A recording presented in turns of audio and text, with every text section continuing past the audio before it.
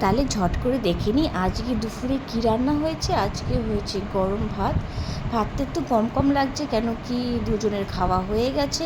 তারপরে হয়েছে আলু সিদ্ধ, একটা কিন্তু শুকনো লঙ্কা ভাজা রাখি, বেশ ডোলে খেতে খুব ভালো লাগে। তারপরে হয়েছে পটল ভাজা, একটু কম কম সব, কেন কি দুজনের খাওয়া হয়ে গেছে, আমি আগেই বলেছি। তারপরে হয়েছে ছোলা দিয়ে কচুর শাক, আহা হা হা, ছোলা দিয়ে কচু শাক খেতে কিন্তু খুব ভালো লাগে আমার।